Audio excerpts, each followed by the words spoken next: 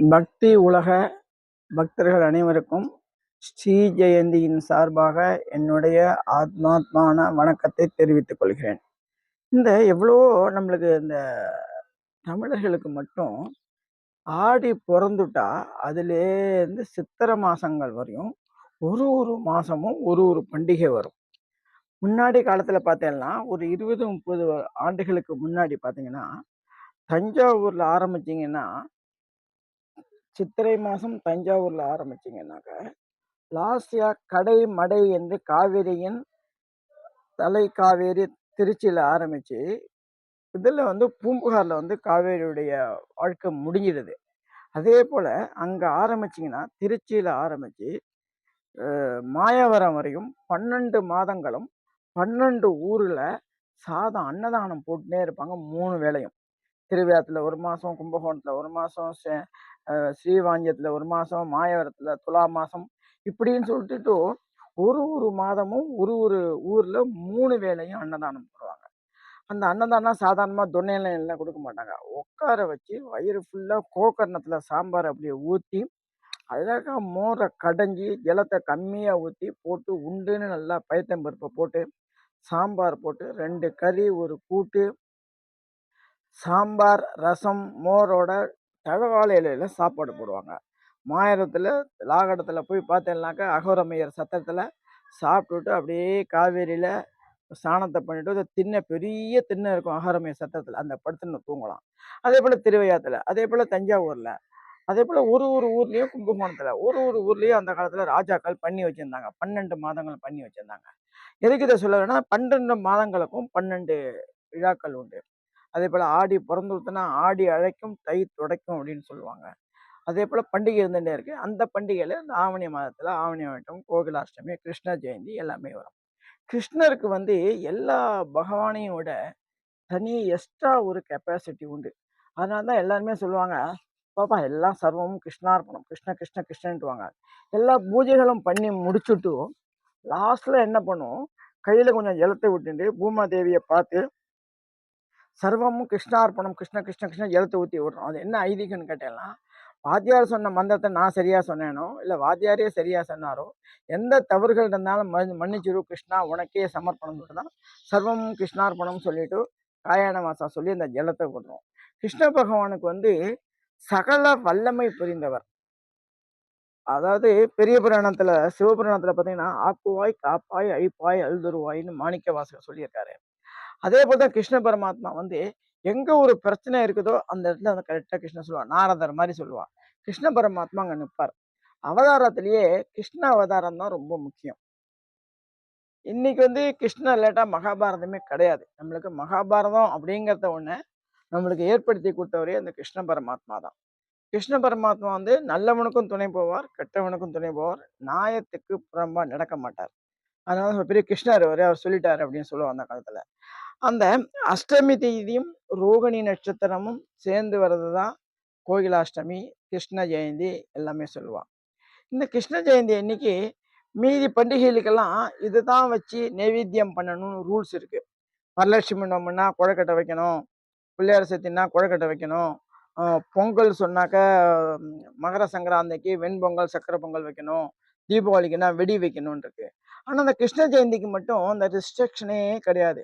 இந்த பிரபஞ்சத்துல எத்தனை விதமான பழங்கள் இருக்குதோ, இந்த பிரபஞ்சத்துல எத்தனை விதமான பட்சணங்கள் இருக்குதோ, இந்த பிரபஞ்சத்துல எத்தனை விதமான இனிப்பு வகைகள் இருக்கோ அத்தனையும் வைக்கலாம். அத்தனையும் வச்சு உடனுமே நீங்க பாரபட்சமே பார்க்க வேண்டாம். அத்தனையும் வச்சு நைவேத்தியம் பண்ணலாம். இதுல இவ்வளவும் வைக்கிறதுக்கு எனக்கு ஒன்றும் வசதிகள் இல்லை, பகவான் எங்களுக்கு கொடுக்கலன்னா கட்டாயமா ஒரு டம்ளர் ஜலமும் கொஞ்சோண்டு அவளும் வச்சு நீங்க கிருஷ்ண பரமாத்மாவுக்கு பண்ணிட்டேன்னா அடுத்த வருஷம் குறையொன்றும் இல்லை மறைமூர்த்தி கண்ணான்னு சொல்லிட்டு அடுத்த வருஷம் பார்த்தேன்னா உங்களால பண்ண முடியாத அளவுக்கு, வைக்க முடியாத அளவுக்கு பட்சணங்களும் உங்களுக்கு சேர்ந்துட்டே இருக்கும். கிருஷ்ண பரமாத்மாவுக்கு அவ்வளவு வசதிகள் உண்டு. குழந்தை பிறப்பு இல்லாதவங்க இந்த கிருஷ்ண ஜெயந்தியை ரொம்ப ஆத்மாத்மா வழிபட்டாலாம், கிருஷ்ணரை கொண்டாடினாலாம் கட்டாயமா அடுத்த வருஷமா குழந்தை பிறக்கும். அதே போல கடன் பிரச்சனை இருக்கு, வறுமையில உள்ளவா இந்த அவளை வச்சு கிருஷ்ண பரமாத்மாவுக்கு இந்த கோயிலாஷ்டமிக்கு நைவேத்தியம் பண்ணலாம். அடுத்த வருஷம் ஃபுல் கடன் தீராட்டாலும் அட்லீஸ்ட் 70% 80% கடன் தீரும். கடன் தீர்றதுக்கும் குழந்தை பிறப்புக்கும் இந்த கிருஷ்ண பரமாத்மாவை நம்ம ஆத்மாத்மா வழிபட வேண்டும். அதே போல இந்த கிருஷ்ண ஜெயந்தி அன்னைக்கு நீங்க ஒண்ணும் பண்ண வேண்டாம். அழகா இந்த பச்சரிசி மாவை ஒரு ஜலத்துல அரிசியை ஊற வச்சு நல்லா கிரைண்டர்ல போட்டு அரைச்சிட்டு நைஸ் ஆக்கிட்டு அந்த சின்ன குழந்தையுடைய பாதத்துல அதுல வச்சு அந்த ஆத்துல வச்சுட்டே வாங்கோ. கிருஷ்ண பரமாத்மாவே நடந்து வர மாதிரி ஒரு ஃபீலிங் இருக்கும். அதேதான் சொல்லிருக்காரு. இந்த அருணகிரிநாதரும் சொல்லியிருக்காரு. கிருஷ்ண பரமாத்மாவுக்கு வந்து ரொம்ப ரொம்ப பிடிச்சது வெண்ணெய் தான் அப்படின்னு இருக்காரு. அந்த வெண்ணெயோடைய கதையை சொல்ல போனா இன்னும் பத்தாது. இன்னொரு நாள் அந்த வெண்ணெயை ஏன் சாப்பிடணும், அந்த வெண்ணெயோடைய மகிமை என்ன. இன்னைக்கெல்லாம் டாக்டர் சொல்றாரு வெண்ணெய் சாப்பிடாதீங்க, கொலஸ்ட்ரால் இருக்கு, உங்களுக்கு ஹார்ட் அட்டாக் வந்துடும், பிபி வந்துடும், சுகர் வந்துருங்கிறா.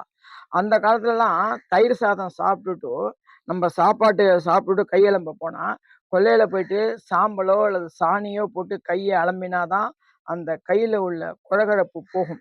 அப்படிதான் தயிர் சாதம் சாப்பிட்டா. குழம்புஞ்சாதம் பருப்புஞ்சாதம் சாப்பிட்டுட்டு வெளில வந்து கையெல்லாம் கையெல்லாம் அந்த விரல் இடுக்கலெல்லாம் நெய் இருக்கும். அப்பெல்லாம் ஹார்ட் அட்டாக் வரல. ஹார்ட் அட்டாக் வராது. வெண்ணெயை சாப்பிட்டாலே கிருஷ்ண பரமாத்மாவுக்கு பிடித்தமான ஒரு பொருளை நம்ம சாப்பிடும்போது நம்மளுக்கு எப்படி அட்டாக் வரும்? அட்டாக்கே வராது. இந்த டாக்டருக்கு வந்து வெண்ணெயை சாப்பிடாத உனக்கு ஹார்ட் அட்டாக் வந்துடும் சொல்லி வெண்ணெயே இப்போ நிறைய பேர் ராத்திரி நெய்யே காய்ச்சறது கிடையாது, வெண்ணெயே பண்ணது கிடையாது. மாணிக்க வாசக பெருமானும் சொல்லிருக்காரு, கறந்த பால் கண்ணலோடு நெய் கலந்தால் போல அப்படின்ட்டு. கறந்த பால் கண்ணலோடு, இந்த கறந்த பாலுக்கு வந்து பரிசுத்தமா எதுவுமே கிடையாது. அந்த பால் தான் சொல்லுவாங்கல்ல, பால் மாதிரி இருக்கடா குழந்தை குழந்தை பால் வடிகிற முகம்னு சொல்லுவாங்க. பால் வடிகிற முகம்னா என்னன்னா அப்ப அழுக்கு இல்லாத கள்ளம் கபடம் இல்லாத ஒரு முகம்னு அர்த்தம். அதான் பால் வெடிஞ்ச முகம்னு சொல்லுவா. பாலுக்கு வந்து அவ்வளோ ஒரு, அதனாலதான் பகவானுக்கு வந்து பாலை வச்சே நெய்வேத்தியம். நம்ம என்ன பண்றோம் நெய்வேத்தியம் பண்ணும்போது? க்ஷீரம் நெய்வேத்தியம் நெய்வேத்தியானந்தம் ஆஜமன்யம் சமர்ப்பயாமி அப்படிங்கிறோம். அப்ப அந்த பாலை கொடுக்கும்போது இந்த பிரபஞ்சத்துல என்னென்ன இருக்கோ அது ஆதியிலேருந்து எடுத்துலாம். மாடு என்ன சாப்பிட்றது? புல்ல சாப்பிட்றது. மாடு என்ன சாப்பிட்றது? வெக்கலை சாப்பிட்றது. மாடு என்ன சாப்பிட்றது? பருத்துக்கொட்டை சாப்பிட்றது. மாடு என்ன சாப்பிட்றது? புண்ணாக்க சாப்பிட்றது. அவ்வளவும் சேர்ந்து அந்த மாட்டுக்கு போய் அந்த மாட்டோடைய ரத்தமாகி அது பாலாகி வந்து அந்த பாலை வச்சு நம்ம அந்த சுவாமிக்கு நைவேத்தியம் பண்றோம்னா அவ்வளவு தாற்பயம் இருக்கு அந்த பாலுக்கு. அதனாலதான் அந்த காலத்துல என்ன சொல்லுவா, பால் சாப்பிடுப்பா, பால் சாப்பிடுப்பாம்பா. இப்ப என்ன சொல்லுவா டாக்டர், பால் சாப்பிடாத, கொலஸ்ட்ரால் இருக்கு, உனக்கு ஹார்ட் அட்டாக் வந்துடும், கொலஸ்ட்ரால் வந்துருங்கிற. அதெல்லாம் தப்பு. அந்த பால்ல தண்ணியை ஊற்றி காய்ச்சி சாப்பிட்டோம்னா எந்த ஹார்ட் அட்டாக்கு எந்த கொலஸ்ட்ரால் வராது. இன்னும் கிராமத்துலாம் போனா 97 98 வயசு வராங்க, பசும்பால் சாப்பிட்றாங்க. நல்லா மாட்டு பாலை கரைச்சி அதுல தயிரை போட்டு அழகா காத்தால எழுந்து பழையத்துல போட்டு சாப்பிட்றாங்க. 97 வயசு, ஹார்ட் அட்டாக் வரல. புரிஞ்சுட்டா? அதனால வெண்ணெய்க்கு வந்து அவ்வளோ ஒரு தாற்பயம் இருக்கு. அவ்வளோ ஒரு உள்குள்ள சயின்டிஃபிக்காவும் ஆன்மீகமும் நிறைய இருக்கு. அதை சொல்லப்போனா ஒரு நாள் காணாது. இன்னொரு சொற்பொழிவு நான் சொல்றேன். அந்த வெண்ணெயை வச்சு நீங்க அவளை வச்சு கிருஷ்ண பரமாத்மாவுக்கு நீங்க நைவேத்தியம் பண்ணும்போது சகல விதமான கஷ்டங்களும் உங்களுக்கு போயிடும். மன கஷ்டங்கள், பண கஷ்டங்கள் எல்லாமே போகும். அதனால வந்து குறையொன்றும் இல்லை மறைமூர்த்தி கண்ணா அப்படின்றார். அதனால நீங்க கிருஷ்ணனை பண்ணும்போது பண்டு நான் செய்த தோஷங்கள் எல்லாம் பொடி போல கலவாய் கிருஷ்ணா அப்படிங்கிறாரு.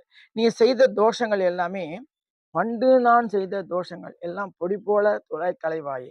நீ என்ன தோஷங்கள் தவறுகள் பண்ணாலும் கிருஷ்ண பரமாத்மா போயிட்டு சரணாகதின்னு அடைஞ்சிட்டேன்னா, சரணாகதி அடைஞ்சிட்டேன்னு செய்த தோஷங்கள் எல்லாத்தையும் போய்க்கிடுவாரு.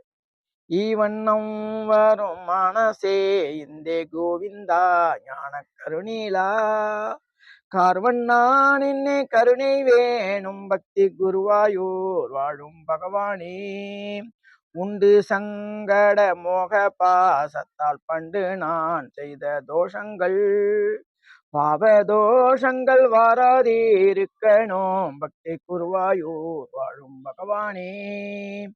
அதாவது இன்னைக்கு நீங்க கேரளத்துல போனேன்னா எல்லா ராத்திரியும் பிராமணா இல்ல இதராளி இல்ல எல்லா ராத்திரியும் அந்த கிருஷ்ணர் விளக்கும், அந்த விளக்கு பேரு குருவாயூர் விளக்குன்னு தான் பேரு. அந்த குருவாயூர் விளக்கு இல்லாத ஒரு ஸ்தலத்தையே நீங்க கேரளத்துல காண முடியாது. ஏன்னா அவ்வளோ பவர்ஃபுல்லான கடவுள். இவ்வளவு பிரபஞ்சத்துல இவ்வளவு வெள்ளம் வந்தது எல்லாம் வந்தது, எதுவுமே குருவாயூர் பக்கம் வரவே இல்லை. அந்த குருவாயூர் கிருஷ்ணனை நீங்க கிருஷ்ண பரமாத்மாவை எந்த அளவுக்கு நீங்க வந்து ஆத்மாத்மா சரணடைஞ்சு வழிபடுறீங்களோ அந்த அளவுக்கு உங்க கஷ்டங்கள்லாம் சேர்ந்து குடும்பத்துல சுபிக்ஷம் உண்டாகி குழந்தை பேரில் குழந்தை உண்டாகி 2 தான் குடும்பத்துக்கு முக்கியம். ஒண்ணு வாரிசு முக்கியம். இன்னொன்னு கடன் இல்லாத வாழ்க்கை முக்கியம். இது 2மே கிருஷ்ண பரமாத்மா தருவார்.